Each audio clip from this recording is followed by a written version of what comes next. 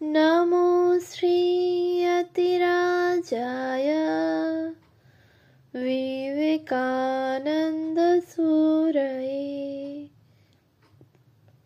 सच्चित्सुखस्वरूपाय स्वामिने तापहारिणे। পূজনীয় স্বামী অবজুজানন্দজির লেখা স্বামীজির পদপ্রান্তে গ্রন্থ থেকে পাঠ, পৃষ্ঠা সংখ্যা 365। স্বামী নিশ্চয়ানন্দ।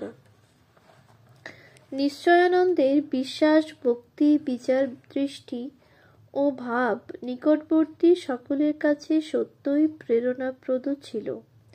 সেবাশ্রমের নানা দায়িত্বপূর্ণ কাজে তিনি সর্বদা ব্যস্ত থাকিতেন, কিন্তু উহার মধ্যেও অনাথ, দীন দুঃখী কাহাকেও দেখিলে তিনি যেন পরমাত্মীয় জ্ঞানে তাহার সেবায় লাগিয়া যাইতেন। মুচি চামার বা ম্যাথরকেও নিজ হাতে কত শ্রদ্ধার সঙ্গে তিনি সেবা করিতেন তাহা লক্ষ্য করিবার বিষয় ছিল। নিজেই তাহাদিগকে তামাক সাজিয়া খাওয়াইতেন, যেন তাহারা কতই সম্ভ্রান্ত ব্যক্তি। দরিদ্র দেব ভব, স্বামীজির এই বাণী যেন তাহার জীবনে রূপ পরিগ্রহ করিয়াছিল। কর্ম তো অনেকেই করেন, কিন্তু ইষ্টবুদ্ধিতে কর্মকে অবলোকন করিতে পারেন কয়জন? কনখল সেবাশ্রমের নবীন সাধুকর্মীদের লক্ষ্য করিয়া নিশ্চয়ানন্দ বলিতেন, সেবাশ্রমের এক একখানি ইট আমাদের বুকের পাঁজরা, যেন ঠাকুর স্বামীজি।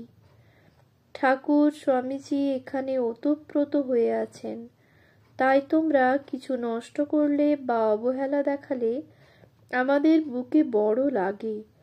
তাহার কৃচ্ছতাপূর্ণ দৈনন্দিন জীবনধারায় কাঠিন্য থাকিলেও শুষ্কতা কিন্তু ছিল না, বরং খুব সূক্ষ্মভাবে লক্ষ্য করিলে উহার মধ্যে একটি অনবদ্য মাধুর্য ধরা পড়িত।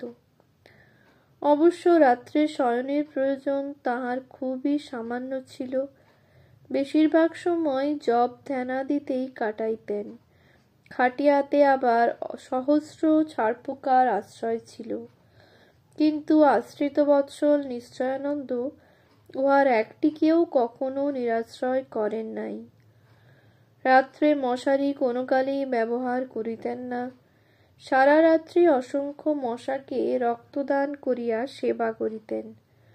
প্রসঙ্গত উল্লেখযোগ্য যে, নিশ্চয়ানন্দ সাধুজীবনের সূচনা হইতে নিরামিষাশী ছিলেন এবং কৃচ্ছতাময় জীবন যাপন করিতেন। বেলুর গ্রামের বড় বড় মশা তাহার দেহকে ক্ষতবিক্ষত করিলেও তিনি মঠে কখনো মশারি বা কোনো প্রকার আচ্ছাদনী ব্যবহার করিতেন না। শয্যায় রক্তের চিহ্ন দেখিয়া একদিন স্বামীজি তাহাকে এই অতিরিক্ত কঠোরতার জন্য তিরস্কারও করিয়াছিলেন। উত্তরে সেদিন বিনীতভাবে ও করজোড়ে নিশ্চয়ানন্দ বলিয়াছিলেন, স্বামীজি, আমি তো ভোগ করতে আসিনি, ত্যাগ করতেই তো এসেছি। বৈরাগ্যবান শিষ্যের অন্তরকে বুঝিয়া লইয়া স্বামীজি তখন সস্নেহে বলিয়াছিলেন, বেশ, এখন তবে এমনই চলুক, তবে যখন প্রয়োজন হবে তখন কিন্তু মশারি ব্যবহার করবে এবং মাছও খাবে। ব্যাধিপীড়িত অন্তিম জীবনেও তাহার উক্ত কঠোরতাময় জীবনচর্যায় ছেদ পড়ে নাই।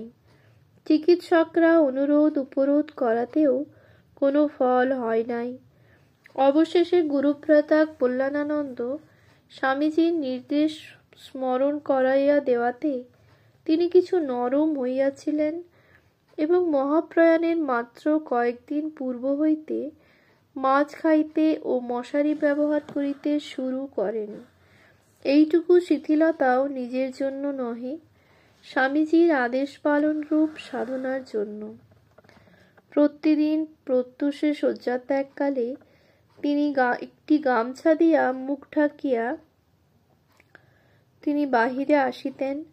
সোজা স্বামীজির প্রতিকৃতির সম্মুখে আসিয়া করজোড়ে দাঁড়াইয়া প্রণাম করিতেন। স্বামীজিকে দর্শন করিয়া তবে মুখের ঢাকা খুলিতেন, অন্য কাজে যাইতেন। অর্থাৎ নিশ্চয়ানন্দের দৃষ্টিতে আগে স্বামীজি, পরে তাহার কর্ম, আগে ঈশ্বর ও পরে জগৎ, এই ভাবটি দৃঢ়বদ্ধ ছিল।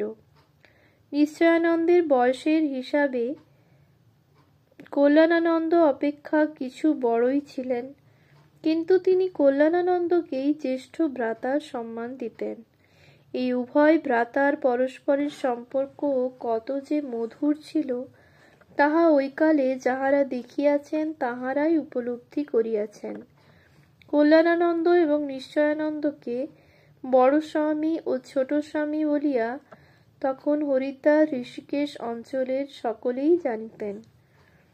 অত্যধিক পরিশ্রম ও কঠোরতার ফলে নিশ্চয়ানন্দের স্বাস্থ্য ক্রমশই ভাঙিয়া পড়িতেছিল, অথচ কোনো সাধু ব্রহ্মচারীর সেবা পারতপক্ষে তিনি লইতেন না। অবশেষে ইংরাজি 1932 সালের বর্ষাকালে তিনি দারুণ পীড়িত হইয়া পড়েন। চিকিৎসকগণ পরীক্ষা করিয়া ঘোষণা করিলেন, জটিল অন্ত্রক্ষত গ্যাস্ট্রিক আলসার হইয়াছে। সেই সময়ে আবার কল্যাণানন্দও কিছুদিনের জন্য মায়াবতীতে ছিলেন, তাই সেবাশ্রমের সম্পূর্ণ কার্যভার নিশ্চয়ানন্দকেই বহন করিতে হইতেছিল। ব্যাধির জটিলতা উত্তরোত্তর বৃদ্ধি পাইলেও নিশ্চয়ানন্দ স্বামীজির কর্ম হইতে স্বেচ্ছায় ছুটি লন নাই। দেহত্যাগের 2 সপ্তাহ পূর্বেও তিনি মোটা একখানি কম্বলে পা দুটি ঢাকিয়া বসিয়া সেবাশ্রমের হিসাবপত্র দেখিতেন।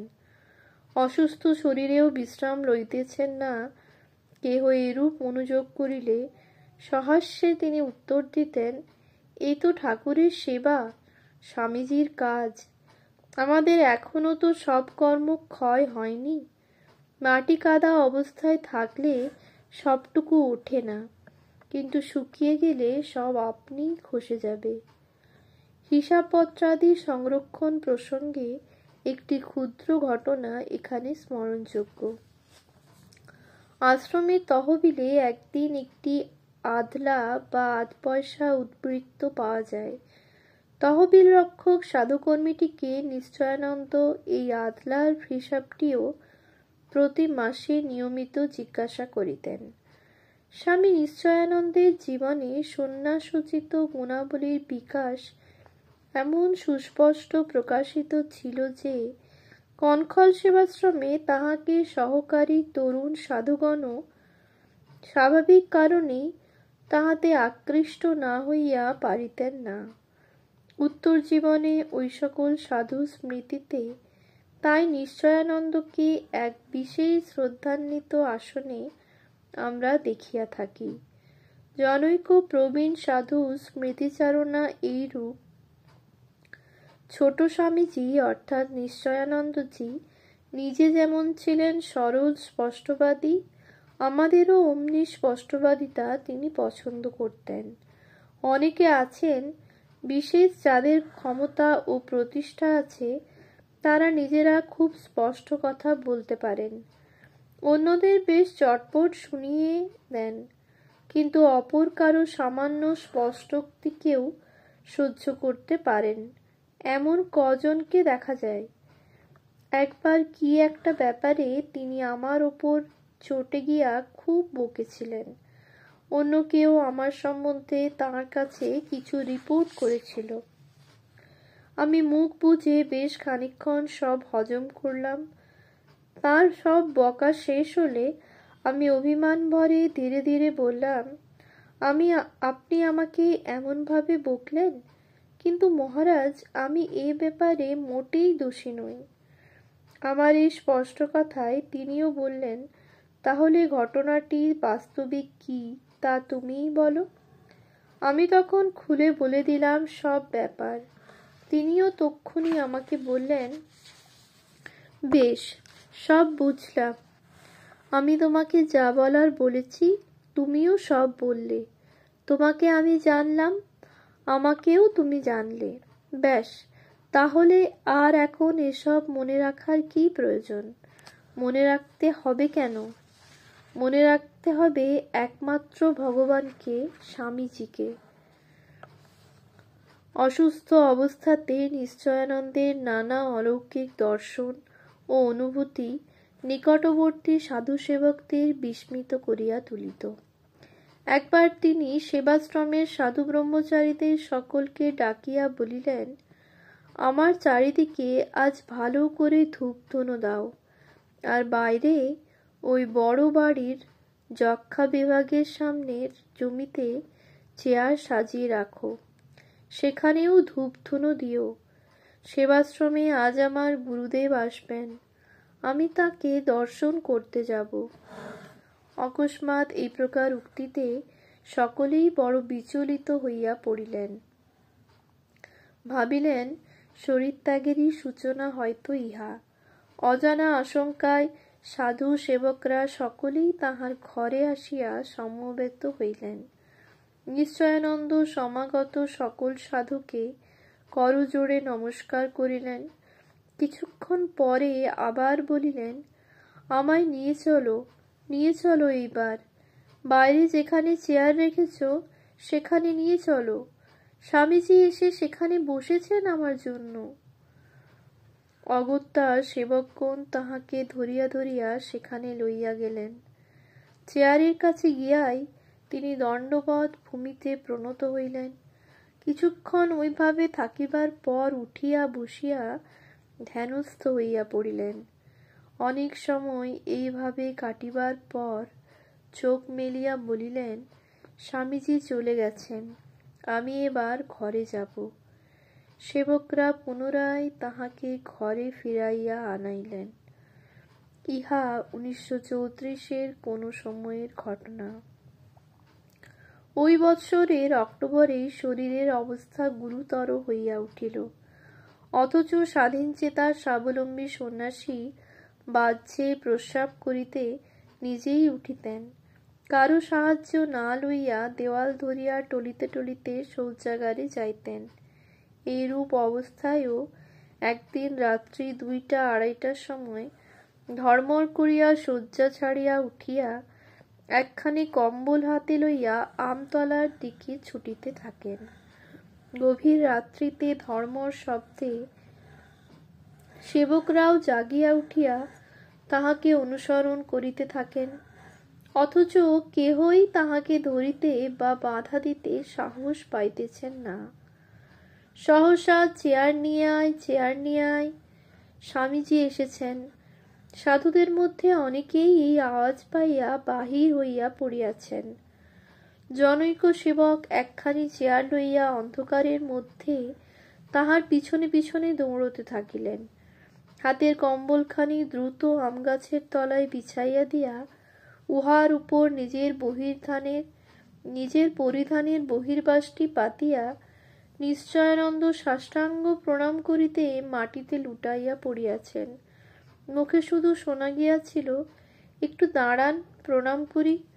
ভুল লুণ্ঠিত হইয়া কিন্তু প্রায় 15 মিনিট কাটিয়া যায়, তবুও আর উঠেন না দেখিয়া স্বামী জগদানন্দ নিকটবর্তী একজন সেবককে বলেন, কি করছো তোমরা? ধীরে ধীরে তোলো, ঘরে নিয়ে যাও। সেবকরা তাহাকে ধরাধরি করিয়া ঘরে লইয়া গিয়া শোয়াইয়া দিলেন। পরের দিন বেলা 10টা পর্যন্ত ওইভাবেই শয্যাতে পড়িয়াছিলেন। পরে যখন উঠিলেন তখন সারাদিন এত গম্ভীর ভাব ধারণ করিয়াছিলেন যে কেহ আর কিছু জিজ্ঞাসা করিতে সাহস পান নাই। বৈকালের দিকে স্বামী জগদানন্দ জিজ্ঞাসা করিলেন, কি ব্যাপার, আপনার এরকম অসুখ? ডাক্তার আপনাকে বিছানা থেকে নামতে নিষেধ করেছেন, আপনিও নামেন না, হঠাৎ এ কি কাণ্ড হলো? নিশ্চয়ানন্দ দৃঢ় কণ্ঠে উত্তর দিয়াছিলেন, আমি এমন অসুস্থ ভুগছি, তাই তো স্বামীজি আমায় দেখতে এসেছিলেন। আমার বিছানার কাছে গিয়ে তিনি আমায় দেখছিলেন। প্রণাম করবার জন্য আমি উঠে দাঁড়াতে যাচ্ছি, তিনি বলেন, থাক, আমি এখন আসি। স্বামীজি চলে যাচ্ছেন, আমিও তার পিছনে পিছনে না ছুটে পারলাম না। শেষে ওইখানে গিয়ে তাকে ধরতে পেরেছি। তার চরণ দুটি জড়িয়ে ধরে প্রাণ ভরে প্রণাম করেছি। আমি তাঁর চরণ স্পর্শ না করে থাকবো কিভাবে? তাই তো না উঠে পারিনি। ওম শান্তি শান্তি শান্তি।